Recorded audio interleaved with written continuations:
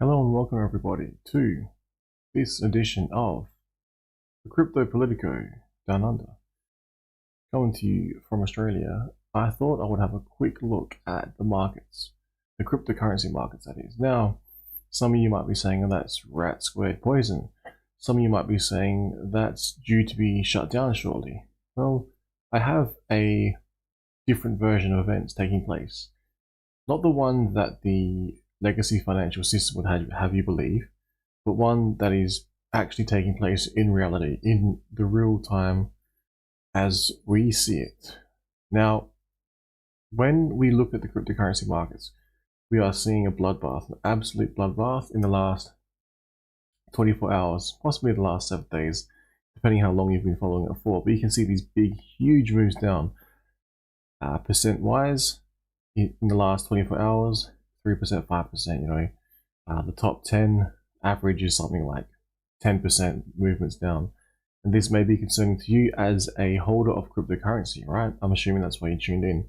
Now, it's not just, one particular cryptocurrency, it's all of them. There was articles, there was tweets out there basically saying that cryptocurrencies named in the SEC papers allegedly as securities were the ones that dumped, but as we can see, it's across the board, except for most likely stop stables. So to address that, you might want to look at this article here. SEC is cracking down on crypto. Should the industry be worried? It's a very good read. It's from the Epoch Times. Now, some of you may not like this particular media outlet for whatever reason, but if you take a step back and read the information for what it is and take that into account, as well as other mainstream media articles and the doom and gloom out there, it is another weapon that will be in your arsenal. Now, it goes on to explain that on Monday, the following month's discussion, threats and warnings, the US Securities and Exchange Commission's SEC sued Binance, the world's largest crypto exchange. Now, this is what we all are aware of is taking place. Also Coinbase the next day. The next day, SEC sued Coinbase, alleging misconduct by the America's largest crypto exchange. The SEC's actions against both Binance and Coinbase were not entirely unexpected, given the signal threat warnings from the SEC in recent times. However, what took the market by surprise was the SEC's decision to go after both exchanges simultaneously, which intensified the impacts of its action. It appeared to, Not sure if you're getting that feedback stream, but I'll continue on. Now, it goes on to explain that Binance and its founder are alleged to have violated security laws by allowing US customers to trade on Binance.com despite the ban on US-based users, pummeling billions of dollars in violation of regulation. Coinbase has been accused by the SEC of participating in the securities market without proper registration and operating as an unregistered security exchange, broker, and clearing agency. One intriguing point is that the SEC did not mention Ethereum. Now, this is a pretty interesting turn of events. It's already been noted that the Commodities Futures Trading Commission, CFTC, if that will let me highlight, which it won't, has already classified ETH as a commodity and not a security. That's worth reading again. The Commodity Futures Trading Commission, CFTC, has already classified ETH as a commodity and not a security. Now, one intriguing point, this article goes on to explain, one intriguing point is that the SEC did not mention Ethereum in its lawsuit against Binance and Coinbase. This omission could be attributed to the fact that the Commodity Futures Trading Commission, CFTC, has already classified ETH as a commodity and not a security. The CFTC's declaration regarding Ethereum's status may have influenced the SEC's approach in these particular lawsuits. This demonstrates the complexity and interplay between different regulatory bodies when it comes to determining the classification of cryptos. The obvious question is whether traders or investors should worry. Now, this is probably why you've tuned in. In one word, no. So if you are a trader or investor of cryptocurrency, no, you do not need to worry. For it is companies involved in financial services and banking lawsuits and settlements are common occurrences and are considered par for the course. Prominent banks like Bank of America, JP Morgan Chase, BNP Paribas, HSBC, and Citigroup have faced substantial penalties for various transgressions amounting to billions of dollars. Bank of America, for instance, has been penalized a whopping $60 billion. So if you are a small investor, or a large investor, or a trader of cryptocurrency, the SEC is not coming after you. It is not, even if they were to deem a certain token a security, it is not illegal to hold a security. Maybe these companies that they're going after, these centralized exchanges, will face, possible fines. Time will tell. So what happens now? When faced with regulatory action from the SEC, companies typically have two paths to choose between: a settlement or fighting the case in court. So there you go. And as an investor or trader, you are neither of these and will not have to worry about either of these. Now, this is not legal advice. This is analysis on top of analysis, but I'm sure you've all read this. And if you haven't, you now know. Now, in a similar case, the SEC filed suit against Ripple in December 2020, alleging that the sale of XRP token represented an unregistered security offering. That case has been in the courts for years with no sign of resolution. Both Coinbase and Binance have clearly said that they will fight to the bitter end. This could be a lengthy process, with litigations often spanning several years. How will this affect crypto? Crypto analyst Will Slimenti from Reflexivity Research recently highlighted the fact that 86% of all crypto trading volume occurs outside the US. This statistic is interesting because it suggests that regardless of the regulatory outcomes within the United States, it is unlikely to impact the international adoption of these assets. In fact, if there's any harsh regulatory action in the US, it may actually accelerate the adoption of these assets outside the country and embrace these assets, recognizing that their international nature rather than being limited to the US-based assets. There you go. You heard it here second after this article. The good news is that we will now get an answer to the question of what constitutes security in a crypto. The courts will hear arguments from both sides and will ultimately determine whether these assets are securities or not. This will bring much needed clarity to the crypto industry. Now, disclaimer, recommendations, suggestions, views, and opinions by these experts are their own, do not represent the views of the Economic Times. Now, what have we got? What's happening to Intel? Now, the next thing I thought I would cover ever so briefly, this here.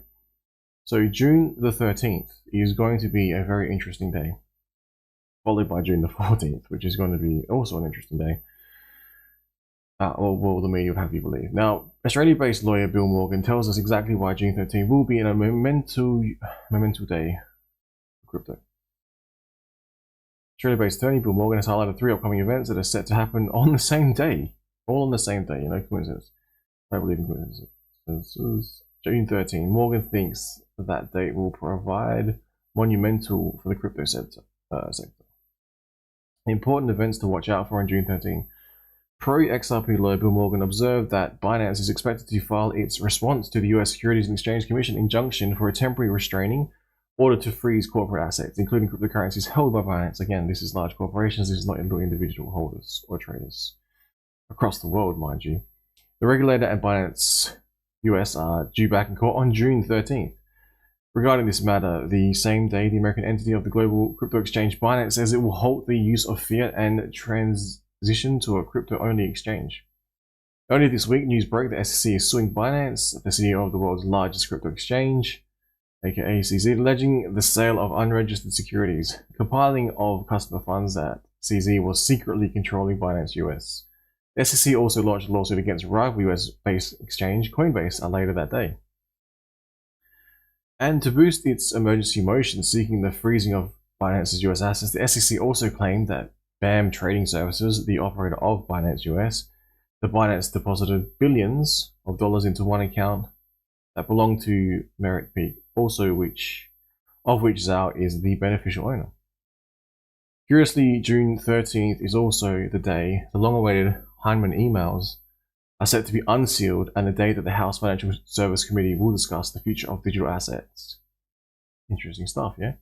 Many believe the committee hearing will mark another possible move toward a bipartisan negotiation on the law that could be the easiest way to take a first step toward US regulation of cryptocurrencies. BTC, the largest cryptocurrency by market capitalization, was trading 0.78% higher at 26,727. 26,727 at the time of writing. Tuesday 13th is likely to be the most important day of the week and could be trend setting for the crypto market. It remains to be seen whether the monumental day turns out to be crypto's best. So we don't know what's happening. Now, following June 13, we have this, the Fed's meeting. And basically, they have signaled, and this article is picking it up too, that the US Federal Reserve will set a target for the short-term interest rates on June 14th at 2 p.m. Eastern Standard Time, if you're in the US. It could be the first time the Fed chooses to hold rate steady in 18 months. Now, that's what I'm hearing, and that's what I'm allowed to repeat. And that is what is going to happen. However, there is a 1 in 4 chance that the Fed decides to increase rates once again. But again, I have no access to any inside information. I am purely telling you what I am reading. And what did I just read? Now, in closing, if you are having some concerns about, if the SEC FUD will affect you beyond, say, potentially your holdings, beyond, say, whether or not you'll be allowed to hold cryptocurrencies in the future or moving forward, then I think this is a good way to look at it. Now, are peer-to-peer networks illegal? The sharing of media through a peer-to-peer network is legal if you own the copyright. Thus, you own the right to determine how that work is distributed. For example, you can write and produce an original song and make it available for others to download for free through a peer-to-peer sharing network program. However, it is illegal if you download and share copyrighted works without permissions from the copyright owner. Again, it's not legal advice, but I was thinking, why were the torrent sites shut down? I'm pretty sure it was because the copyright issue, because the person didn't own the actual rights to it. However, the actual network wasn't illegal. Being able to transact is not illegal, peer-to-peer. So my simple argument is, if you are minting your own cryptocurrency in this context and exchanging it on a peer-to-peer network, that is not illegal. If, however, certain cryptocurrencies are deemed securities for whatever reason by the SEC in the US, then that would mean those companies who listed them will not be able to list them anymore and will face regulatory action as per this article, whether that be copying the fine, copying the penalty, updating their terms and conditions, updating their website, updating their processes, how they operate, or whether they be fighting it in court to push back and say no. For instance, the XRP ruling will explain further whether or not it is indeed a security. So it explains here the response to the US Securities Exchange injunction for a temporary restraining order to freeze corporate assets, including cryptocurrencies, held by Binance US, June 13th, right? And that's pretty much all that's going on.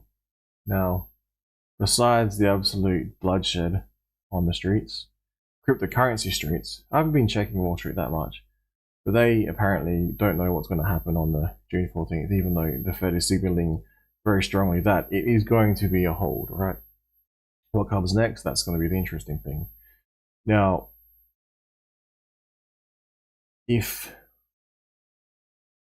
let's switch gears. Let's have a look at if this was from the viewpoint of a cryptocurrency holder, such as PulseChain, such as, the new L1 that's just been released. Imagine if PulseChain wasn't released. Imagine all this FUD had taken place, and imagine that, we'd all be screaming and crying, why can't we have our PulseChain now where everything's on sale? That might have been a pretty cool thing if everyone had been more patient and had waited for this. Maybe, just maybe, PulseChain could have been released during this absolute bloodshed, and then people were able to possibly take out their multiple of X's. But then do they really want to be engaging in this other garbage? Maybe Bitcoin, maybe Ethereum, but why would you be doing that? It's good to know, though. It is good to know that, PulseChain being a fork of Ethereum, Ethereum being a fork of Ethereum Classic, was listed by the CFTC as not being a security.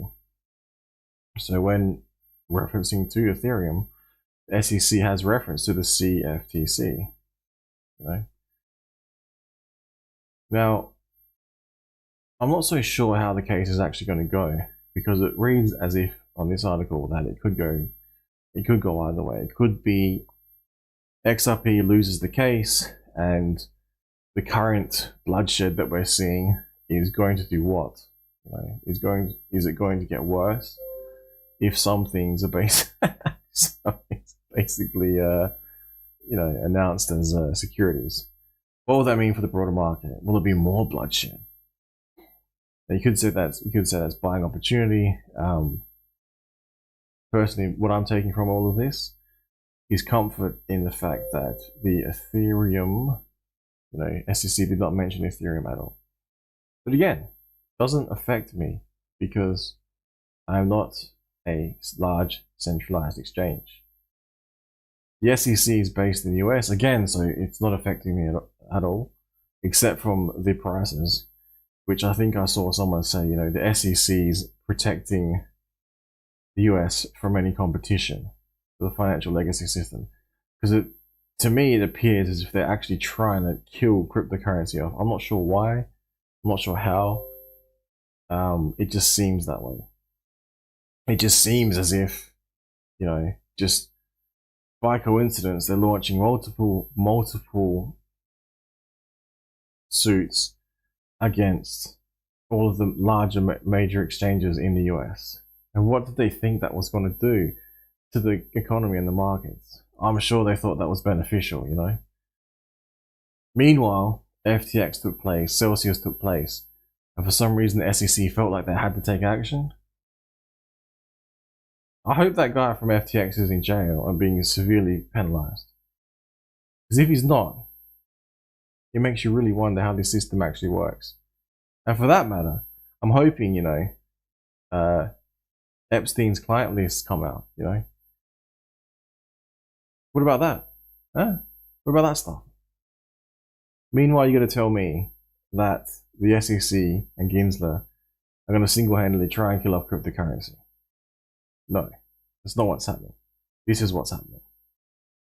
They're going after large exchanges because large exchanges happen to have large amounts of money. And those large amounts of money, maybe the SEC needs or wants to get their hands on. They grubby little hands, Maybe they're hoping for a payday. Because they don't understand how cryptocurrency works. It's meant for the little guys. And the big guys have taken over, try to take over. When the big guys try and take over and, make it not what cryptocurrency was meant for, it allows avenues for the existing systems in place, like the SEC, to go after the big guys, the middlemen that weren't supposed to exist because cryptocurrency was supposed to be peer-to-peer, yeah? And are peer-to-peer networks illegal? No. And if you mint your own code and then exchange that with someone else, can you do that? Yes, you can transact. I could go a step further and argue, how is that even supposed to be taxed? But I won't, because I've heard some arguments in the US that some certain tax codes are questionable. Not so much in Australia, so I might not encourage that because it might be taken the wrong way. But that is about it. Unless there's anything from the chat, which I don't think there will be, because I'm awful at answering questions and directing information to the chat from the chat, vice versa, so I think that's about it. Alright, I'll sign out, and peer-to-peer networks are legal, right? Unless you don't have the permission to share the copyrighted work. Centralized exchanges are to be used like public bathrooms, and centralized exchanges have opened up attack vectors. Not just the not your keys, not your coins attack vector, but also the regulatory attack vector, because they are dabbling where they should not be dabbling. Cool. I have no idea. I have a bad timing and have bad timing because it's most people would be on the other side of the world, and that's like what, really early in the morning. But what else?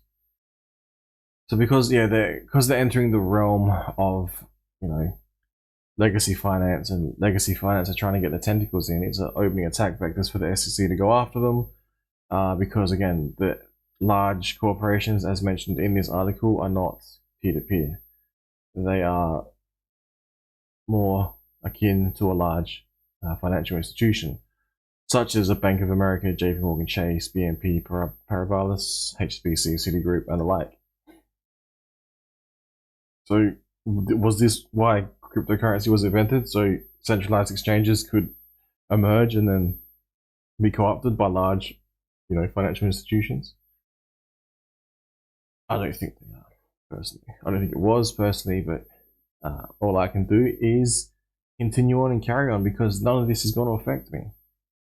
I don't dabble in the centralized exchange world except for using it, you know? No shit. Only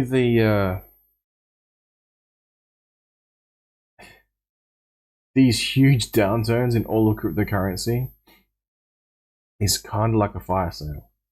And if there's more negative news that comes out on June 13th regarding the XRP results, I guess you could call it, or updates to the markets, then there could be even more downsides.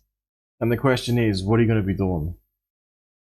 I wish I had more dry powder to, be able to buy up every single Bitcoin in existence and every single Ethereum in existence, but my name's not the US Treasury, so that won't be happening today. But yeah, if I had a lot of money and there was some stuff on sale, maybe, just maybe, I'll be looking at these things. Yeah, I'll pull it up.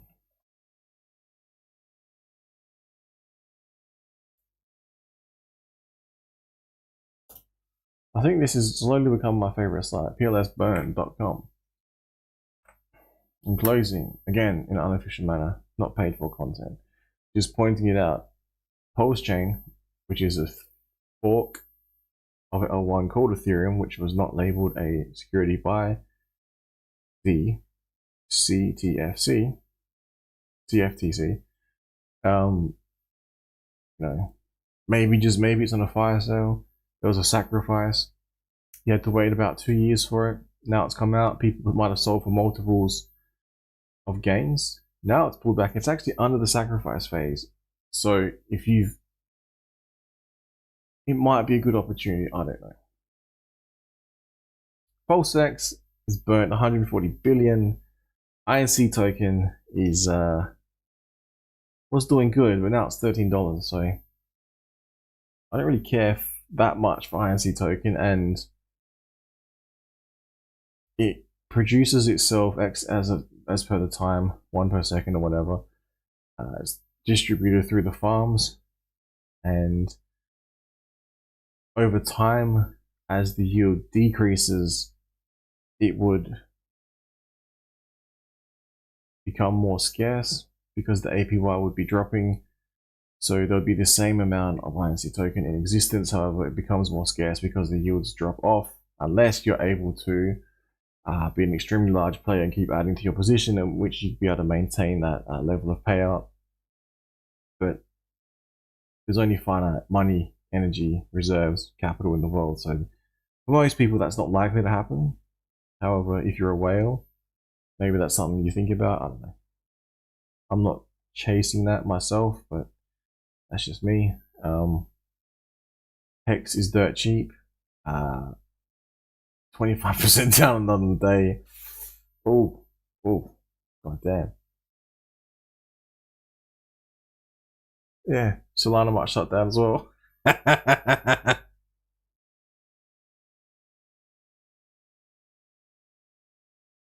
Yeah, man, it's where is it?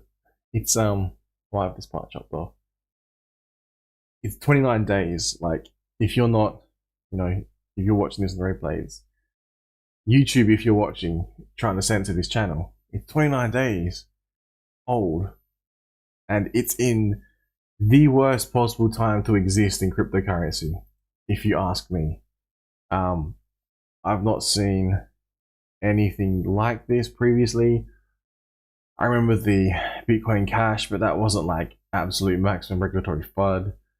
I remember like the death of crypto a couple of times because of Ponzi schemes, such as BitConnect. What else? Yeah, it's pretty bad right now, in terms of the broad cryptocurrency market. The only good things that are out that I can think of, like I said, Pulse Chain is live and it's 30 days old. So how much lower can it go in a short time frame? And then from there, how much higher can it go? So, maybe you're chasing your, Ethereum's going to hit what, like 3,400 and do like a 1x or 2x, sorry. What would it take for Pulse Chain to do a 2x at like 0.00084? Like, yeah.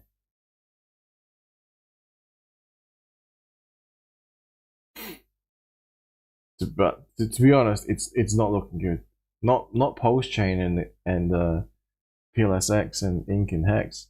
Just the general crypto market is as everyone's probably noticed, is experiencing some teething problems, experiencing some turbulence, and yeah, as the door shuts, windows open.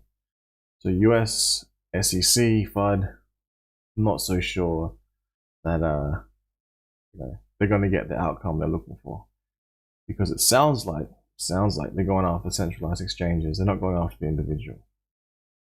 Sounds like that.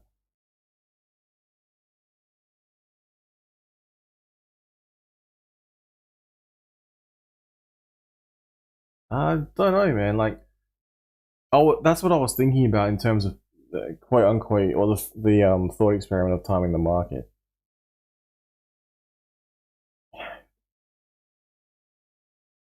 If you could have caught it in the middle of this sort of FUD, that would have been timing the market even better. If you ask me, I mean, it is a good time, but the next 6 months, in terms of the economy, in terms of what crypto might do, I don't think it's not looking that good. But then again, could people have held on for another 6 months of waiting and waiting and waiting? I'm not so sure.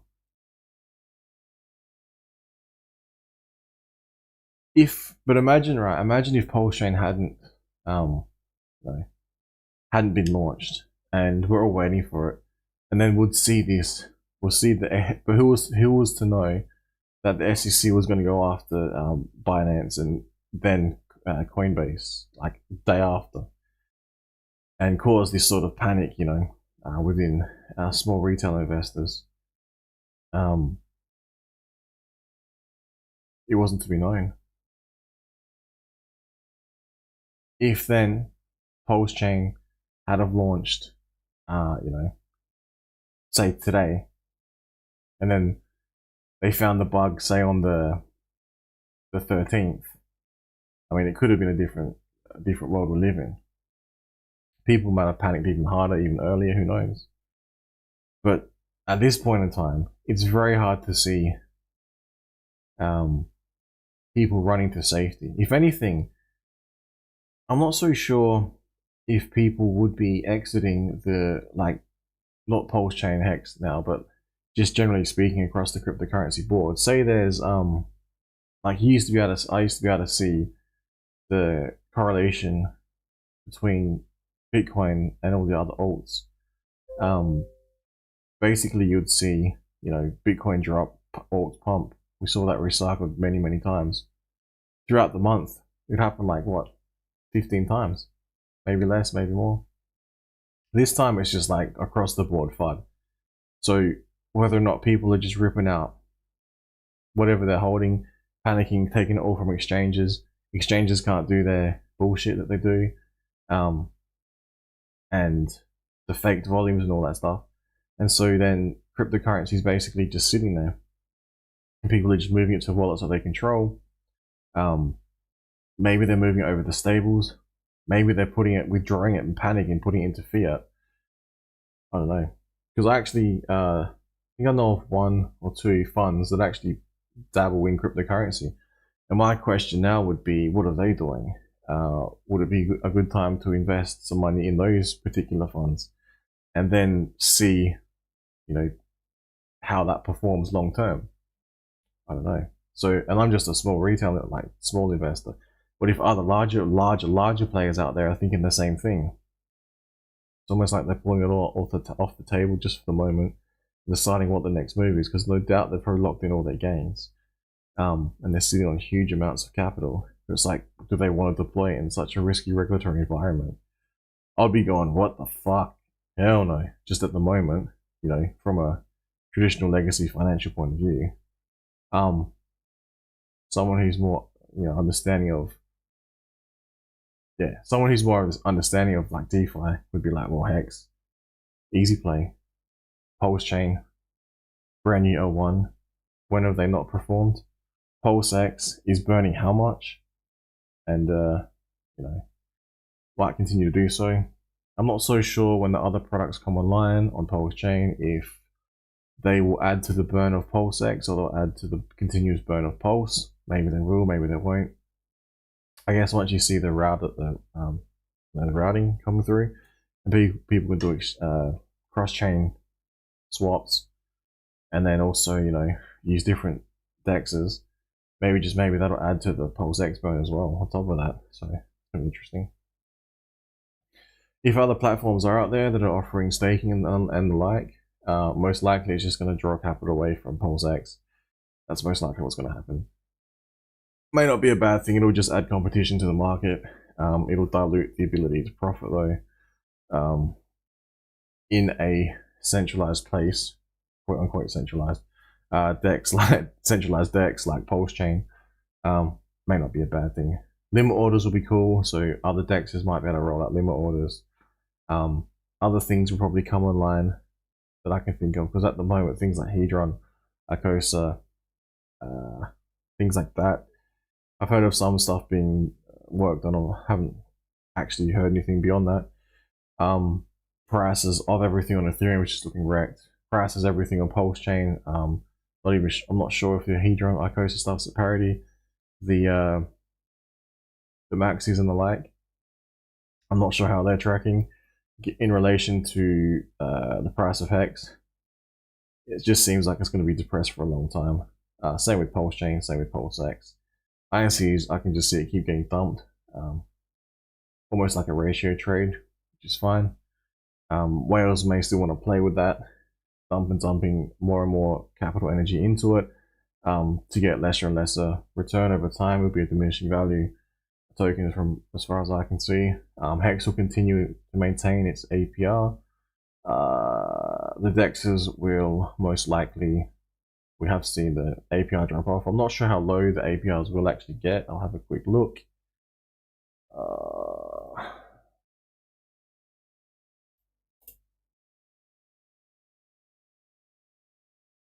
Well, that was weird.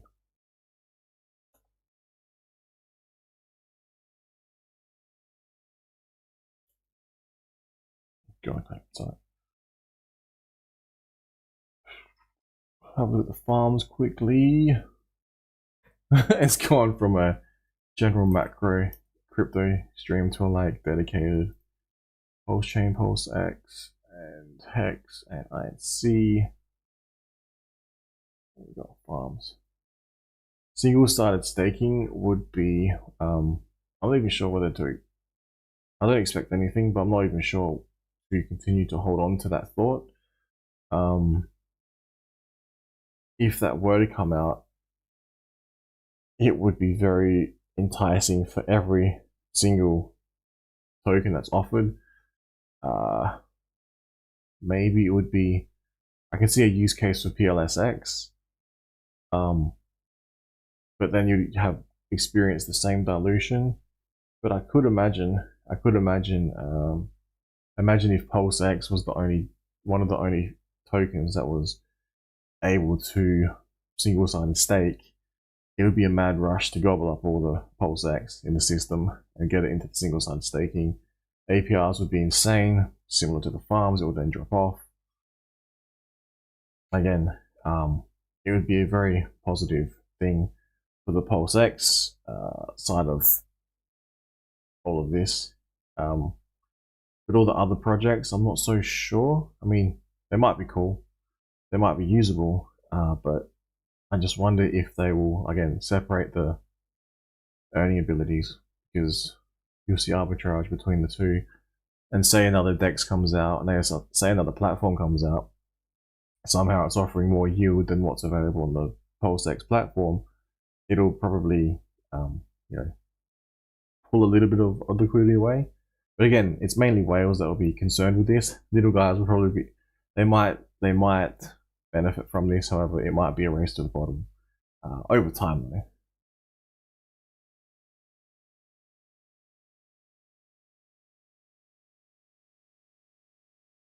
Yeah, that's what I mean. There's other stuff. Like, I haven't even followed the Power City or the if the other something else is coming with the, I'm not sure what ecosphere you call that, the Hedron ecosphere. Free stuff is always good, you know. That DEX looks interesting. Cross chain, however, I personally I think Pulse Burn came out and just ate everyone's lunch, because being able to, it's not the same, because maybe on the other DEXs you're able to provide liquidity or something, I'm not sure, or maybe you get a better value, maybe the fees are better, I'm not sure, but to be able to purchase through Pulse Burn various different tokens is very good. Now, if competition arrives and you're able to do the same with lesser fees, the user benefits, which is great, you know, no issues there. But yeah, I was not expecting so early this. I wish I could say to people experiencing this bloodshed, it's like, where should you go instead of taking it and going dirty fiat? Maybe you could go over here. Maybe you could check out the different ways to save your quote unquote crypto that is not inside the Richard Hart ecosphere, because I think some pain's coming for a lot of these cryptos.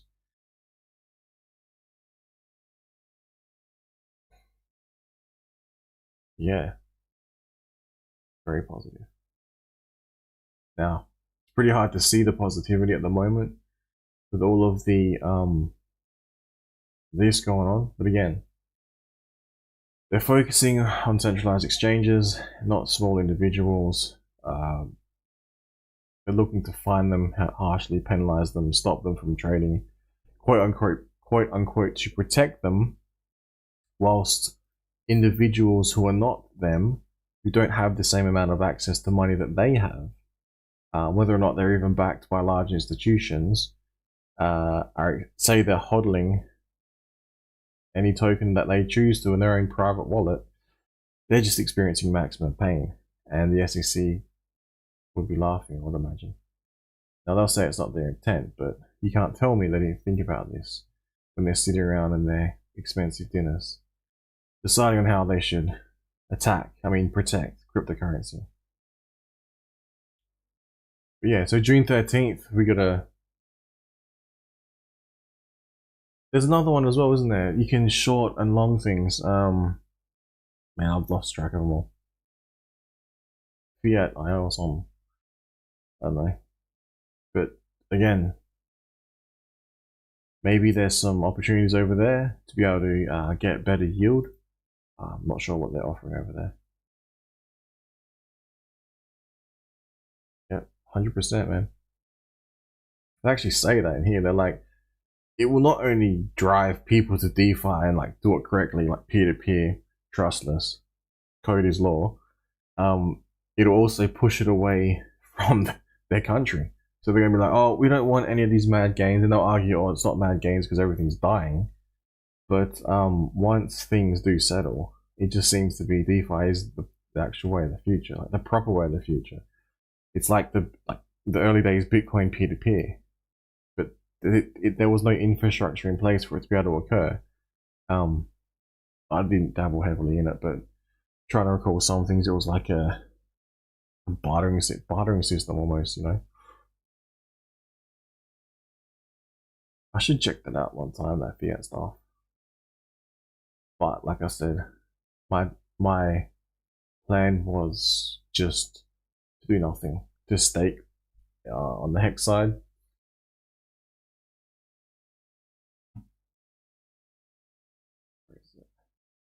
Basically, I've got this will be locked up. Can't do anything with it. Didn't have any liquid. Sitting on T shares on 2 chains. INC was like a pure surprise in terms of its price appreciation. I did think it would inject value into the system. However, I didn't think it would hit the levels that it hit over on Pulse chain side. I'm not so sure if it's going to maintain its ability to do so. Again, it's probably going to take large players to play a game of please don't dump on me, because once one dumps, the game's over for a brief period, because it hasn't got the same mechanisms that Hex does in terms of T-shares and the like, and the long-term, you know, meat on the bone. What else? What's happening, Hex Huddle? I agree. I don't know how to tell people that though, because like I said, I'm struggling this pretty hard right now, but it's a self I put myself in the position, you know, that's fine. But yeah, it does look like a huge opportunity, because this double SEC FUD, I think there's a narrative being pushed in the mainstream media that crypto is very risky, it's bad. When you actually take a step back, this article points out it's actually not individual investors they're going after. They're going after the centralized exchanges, the middlemen who shouldn't be in this space and profiteering off everyone else, using it like a product, you know. They're pointing out that large institutions have been fined before, pointing out these large banks, and it looks like these centralized exchanges are injecting this middleman risk, and they're going to be subject to the same risk as large financial institutions, because they're going to have regulatory risk like the SEC coming after them, you know. And then depending on how the government feels, whether or not they feel favorable or unfavorable to crypto. And crypto is such a small drop in the ocean compared to, say, the US bond treasury market or derivatives. It's probably hardly on their radar. I mean, once the FTX stuff appeared and started popping off, and people like large famous people with lots of money who were promoting XYZ started getting in trouble,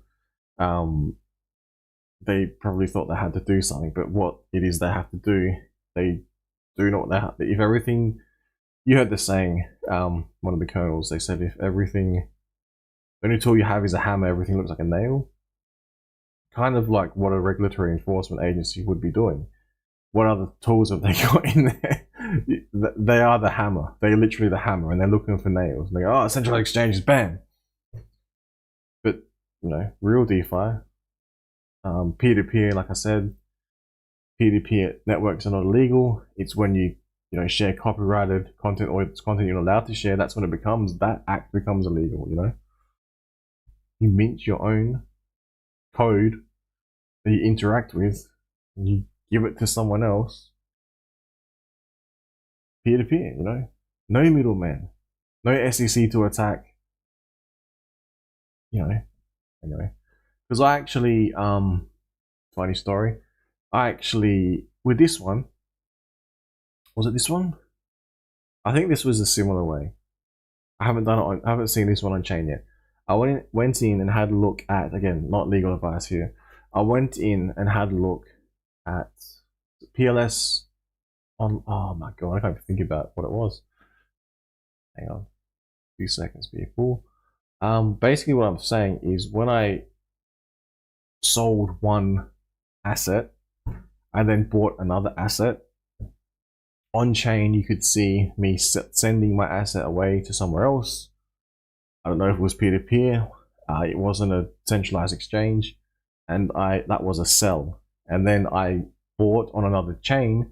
Someone sent me an asset, and which I bought. It was literally a buy and sell, which was I thought was amazing because that was true peer to peer. You know, it wasn't postburn.com, but it was the other one.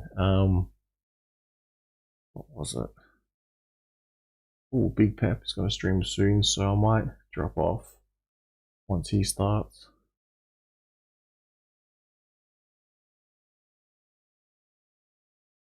Buy PLS.online, that's what it was.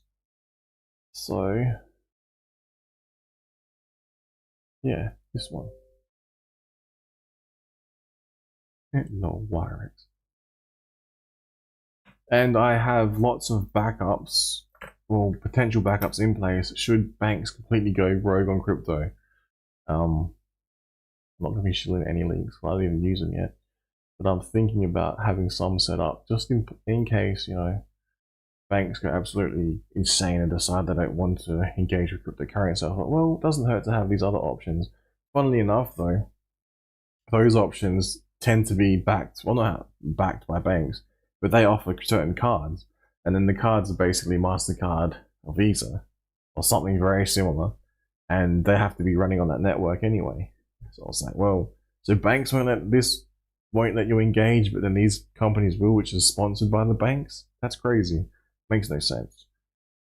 Kind of injecting risk, but I thought, well, if worse comes to worse and you have to get some fiat out, maybe. Or you have to sell some crypto, maybe. Yeah, so this one, basically what I did, I was able, because it's very small, they've actually increased. Ooh, interesting. Max bin buy, okay. They had some higher fees, but basically what I was able to do was purchase, and once I'd purchased, I was able to on chain send it to somewhere. That was the sell. Switched over to the other chain. Someone, an address sent me post chain. It was a buy, sell, buy. It was basically peer-to-peer buy sell transactions. Very similar to when there was an exchange early on in Hex. Again, this is not legal financial advice. I'm just telling you a story. And the story goes, the exchange disappeared, and now the transactions didn't. I was able to like trace the transaction, and basically it appeared as a buy and sell because I had bought cryptocurrency. You know, cryptocurrency was sent to me. It was a buy, and then I had sold the cryptocurrency. Kind of simple because a lot of the times when you go to the centralized exchanges, and I'm sure the SEC is aware of all of this. You know, you would send your cryptocurrency to a wallet, and then you don't see where it goes. Like you don't have the on-chain ability to see where it goes, or you purchase it from there. You're sending them fiat, and then yeah, when they send you crypto, you can't track and trace it as easy. It's basically what I'm saying. So it's not like a decentralized exchange where you send your crypto to, you know, and then you get crypto back. It's a centralized middlemen doing stuff maybe they shouldn't be doing. So who knows? Maybe the SEC stuff is good. Maybe it gets rid of the centralized exchange middlemen bullshit. Leaves pure DeFi.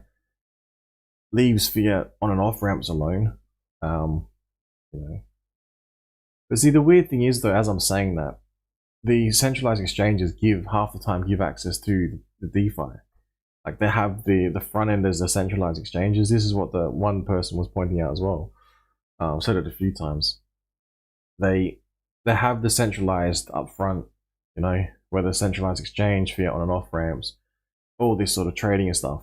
But where they're making their money, whether they admit it or not, is in the DeFi realm, because they actually have access to the DeFi backends. Not DeFi backends. They have within their portals their user interfaces that have all the centralized exchange stuff, trading, whatever they call it, trading. You can't see their books and whatever. But then they also have like teaching you how to access decentralized finance. It's like, well, hang on, what are they doing with their finances as well? Maybe they're making profit over there, not illegally, but just maybe that's what they're doing. Which is a very interesting turn of events, because the SEC is going after them for being similar to a bank. Banks just cop whopping fines and continue on. How often do you see banks get closed down? Maybe this is a similar sort of thing. It's been blown out of proportion, and everyone's sort of saying, "Oh, they're all going to call everything a security." For the US, and it's like, well, everyone's going to be pushed away to real DeFi and other jurisdictions that don't call it a security.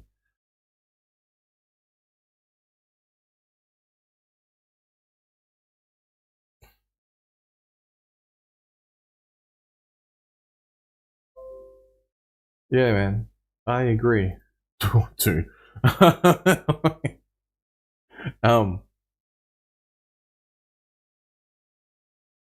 That's pretty funny.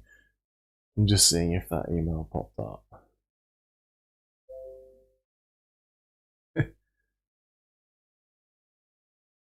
That's a good point. I I think so early on in cryptocurrency, in an L1, I'm like, you've heard the story a billion times. Imagine going back when Ethereum was 31 cents and going, oh, I'll just buy, $100 here, $100 there. It might not seem like the early days of Hex. I'll just buy $100 here, $100 there. So then what happened? Maybe Pulse X surprises us all and does some insane things, like mind blowing things. Dude, I missed out on that. There is so much degen shit I could have probably chased if I had any dry powder, like just lying around, that wasn't Pulse Chain or Pulse X. I'm surprised those communities don't join us and have some fun over in the Richard Hart ecosphere. Maybe they don't listen. Maybe they don't. I don't know. Maybe they don't know it exists yet. Maybe they go over and switch their RPC settings and like, what the fuck? Where did this come from?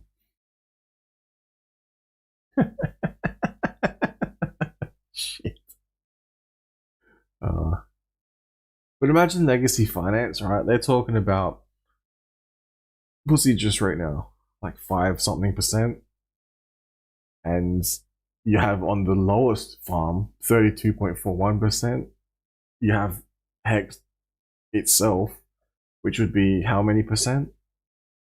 Like, not guaranteed, but as per the contract, if you do the work, your own work, by clicking a button, and if you adhere to the truth engine, by running the code, burning, and then you actually mint. Because what if you don't mint? It just sits there and goes away. Because nothing's guaranteed unless you do it. Similar to running a farm, but not quite the same. There's no penalties that benefit everyone. I mean, I guess if less people interact with the farms, and yeah, the APR it'll get less and less and less. More and more if less people, like everyone starts pulling the liquidity. Maybe you get a bigger chunk of the pie and then you earn more. Yeah, maybe. It's not the same though. It just reminds me too much of the degen days, and I'm like, nah, man. I got so wrecked on some of that degening stuff, and that was like, it basically taught me how LPs work. And yeah,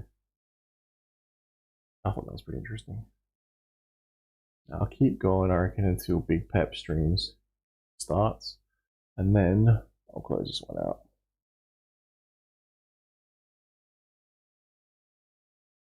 But yeah, I guess the next thing is the INC token. I am of the opinion, I'm of the opinion that it's probably gonna dump and keep dumping. Maybe it holds some sort of level, Yeah.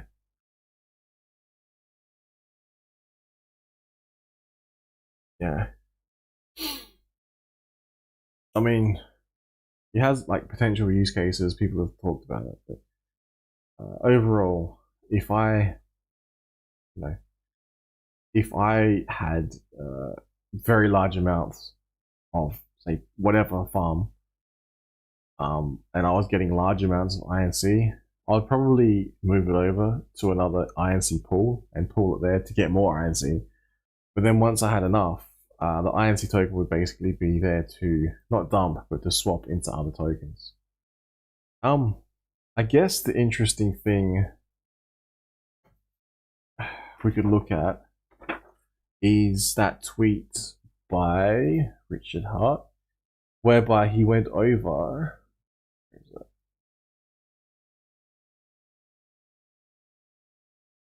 I went for a walk with the dog, and the whole walk with the missus as well, with doggies. And I was thinking, just thinking, like visualizing my mind, the whole A token and B token, potential token. Now, where is it? Is it not here? Hang on.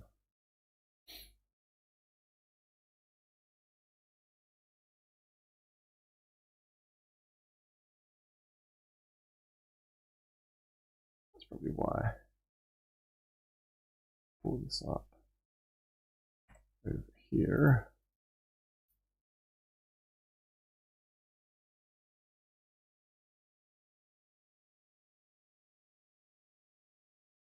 Oh, floor is lava. Oh, the lava is lava. Shit. Alrighty, let's have a look. Our Twitter's so weird, man. It keeps like dropping off either a like icon or a retweet icon constantly. Not sure why.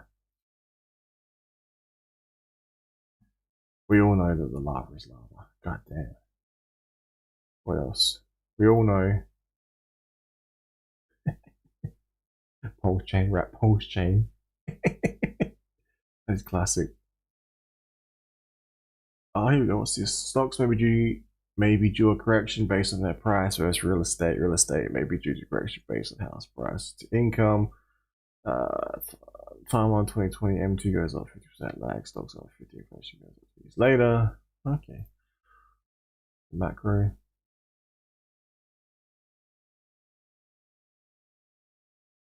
Wish I could share some of the stuff I get, man. Now this one here is the thought experiment. Thought experiment token A plus. I don't know if you guys saw this. Basically what I did, I went out and sort of read it as if I was studying economics 101 again. And came up with the following. I think I replied to this. I'll try and pull that up. And it'll be easier to show you all what I'm talking about.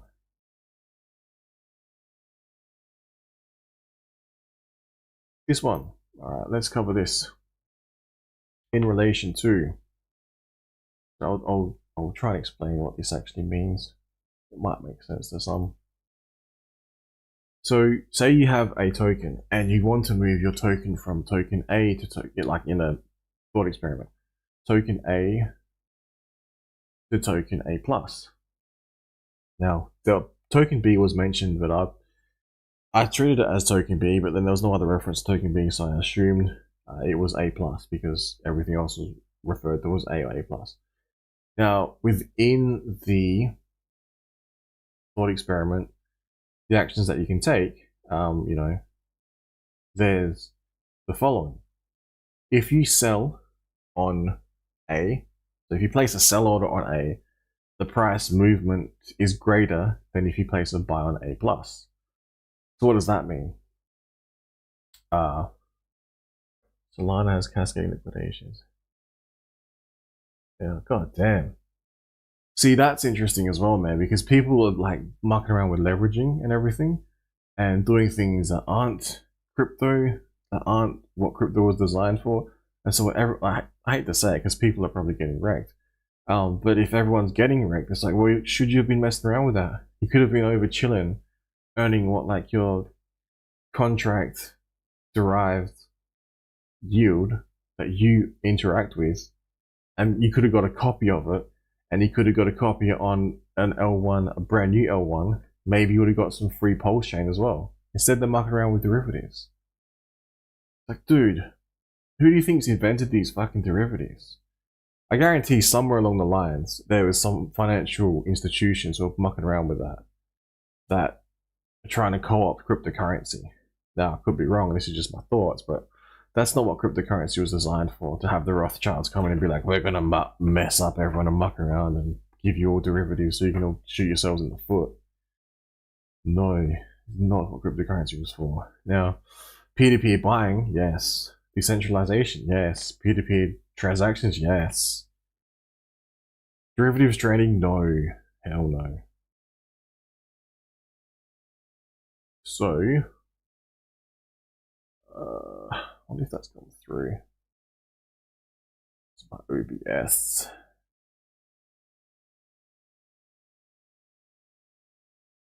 Camera drop. That's weird. Oh, that's alright. Yeah, anyway, so the thought experiment token A plus, people want to switch from A to A plus. Token A is less liquid, has a less liquid market. So we have token A, less liquidity, token A plus, more liquidity. A sell on A moves the price further than the corresponding buy on A plus. Sells on A plus move the price less than corresponding. So so if one thing is true, the opposite is also true. It's like if I'm going up, then I'm not going down is also true. So I put here sell on. Therefore, within this thought experiment, I guess within the AMM, within the participants, a sell on A, moves the price greater than a buy on A plus, because you could be sitting there going, okay, I have capital to deploy. Selling and deploy don't really go together, but you know what I'm saying. I could either buy X amount on A plus because I want a result to take place, or I could sell on this particular asset because I'm assuming they're bound by LP, and that would move the price greater, than the buy on A plus if they're bound together. Therefore, the opposite is also true. And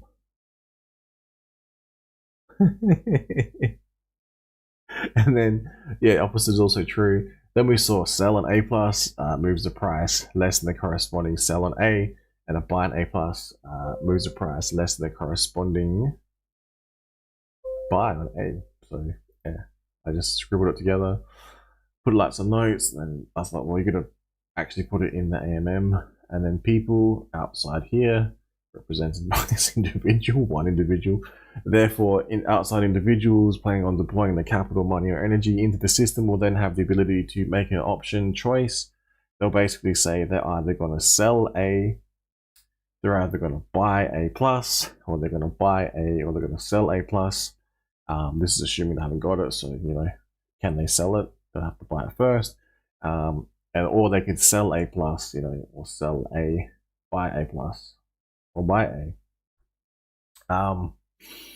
That would basically move the prices around depending on what chain they're on, depending on also the liquidity. Because I thought that was relevant to daily hex stats. Because my comparison was of those two in relation to hex being. So there's one with more liquidity and one with less liquidity. So you could argue as such that one with more liquidity, where is it? If you just look at the pure, liquid hex, 221 million versus 7.1 billion. So one of them has more liquidity. You could refer to A plus because A plus has more liquidity. Hex on Pulse Chain has more liquidity. But at any time, that could switch, you know, it could switch on you. But you got to take into account, I was thinking just as I'm saying that, the whole bullshit with the people who had a sacrifice and then have ended up with lots and lots of cryptocurrency. From what I'm hearing, I haven't verified on chain, which I really should. So whether or not I should even talk about it is probably not the wisest thing to do. But then you have, I think I saw liquidity being pulled. So maybe that was a narrative made up on Twitter. I don't know. But if that is happening, then we can now compare the two, and we can say, okay, one has more liquidity than the other one. Hex on Pulse Chain has more liquidity. Hex on Ethereum has less liquidity. Therefore, you know, say you're a participant in this ecosphere, you're part of the AMM. You're not planning on deploying more capital, injecting it into the system, but you are going to affect the price, the equilibrium price on the depending pair that you're looking at, especially if they're paired. And if you were to say sell A, so I guess if you're looking at the Ethereum side now, first, see, this is it gets even more complex. I'm trying to do the numbers in my head now, which is never wise to do live on stream, because you never know what someone could say on live on stream. You could say the wrong thing and then you've got yourself recorded live for everyone to see. But anyway, so if you were wanting to sell on A, that sell would further make the price go down relative to a buy on A. So a buy on A wouldn't be able to move the price as much as a sell on A. How does that work? Which chain would that be on? Interesting. Now, if we're sitting on the pair that has more liquidity, I think we need to refer back to the initial here.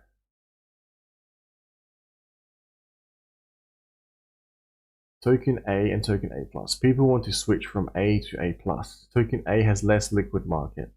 Token A plus has a more liquid market. So in this case, the thing is also, you can say, well, what about the entire Bitcoin market? What about the entire Ethereum market? But that's not what I'm talking about. When you're talking about Hex on Ethereum and Hex on Pulse Chain. And basically, sells on A. So if you're sitting on the Pulse Chain and it's paired, because the assumption is that the Ethereum Hex is paired to the Hex on Ethereum on Pulse Chain. So they're basically pegged, just like if you consider them like a stable is. This is my brain taking over now. You would then have that paired. So if you're looking at the market on Pulse Chain side, token A, you want to sell. So that would mean you sell on A, that moves the price further down than a buy on A plus. So if you buy on Pulse Chain and it has more liquidity, because A plus has more liquidity, it's harder to move that price. Remembering A is paired on Ethereum. So then if you sell on A, that will move the price further because there's less liquidity and they're paired. Okay, that makes sense.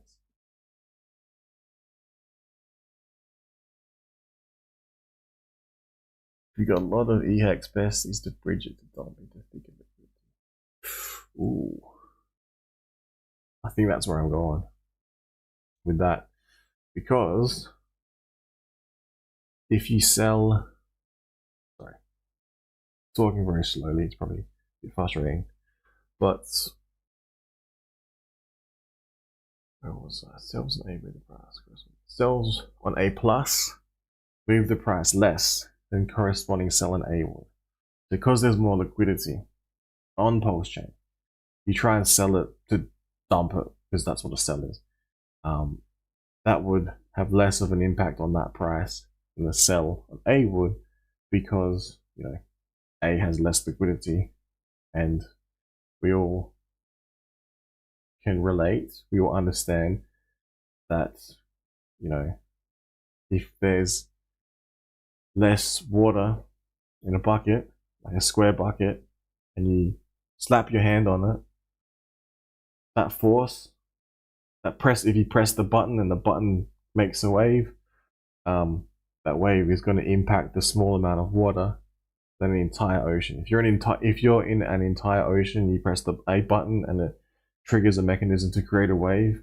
It'll be like by the time it gets to the edge of the bucket, is what I'm saying. It'll be a tiny little. You might not even be able to measure it. So I guess that's a good way to look at that. So you could run this in reverse, switching A plus to A, and sells on A plus would move the price less, and the corresponding buyers on A would move the price more. In either case, sellers outside the MA can use their much larger supply that isn't in the AMM to discover the price as free markets do its marketing, making the validity less of an issue. So, question is, based on that,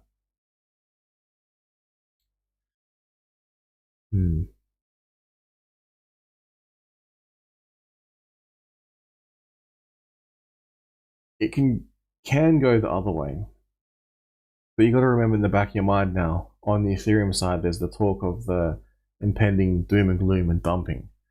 So if you have, the potential to be able to sell in a smaller pool to make a larger wave, it's going to be affected a lot more on that particular chain.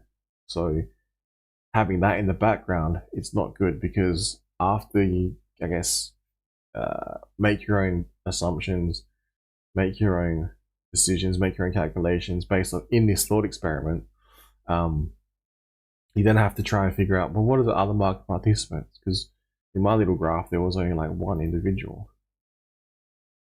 What if that one individual decides that they want to, what are their goals, objectives, needs, intentions?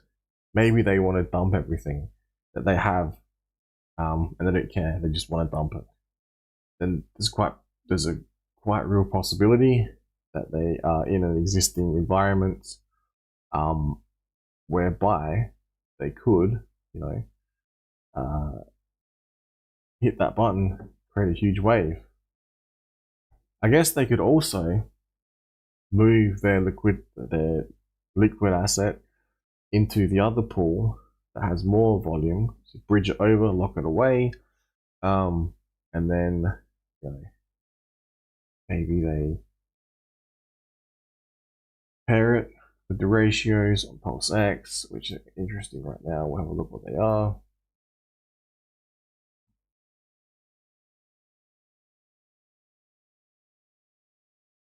What do we got? It's dropping off a bit. Okay, so it's now down to 1.56. They could take it over, they could swap 30% of it, 60% of it, to make up the ratios, dunk it in together, and earn some fees on top of that, and maybe they trickle that out. But are they really likely to do that if their intentions are already, they've got these giant bags, Who knows? And then you have the individual sitting around trying to decide how to deploy their $1, and how that's going to affect the entire market. It's not likely to at all. Then we have the external factors, such as the 13th of June, where there could be more waves of destruction coming along to the cryptocurrency space. There might not be. There might be huge waves of joyous relief. But yeah, either way, one of the two is going to happen, because it can't end in a tie. So then after that, then we're going to see the interest rate announcement, which is likely to be put on hold. But anyway, that's my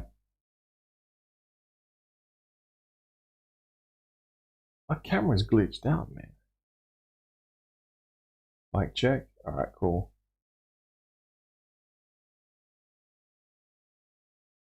Whatever reason it glitched out, dropped off.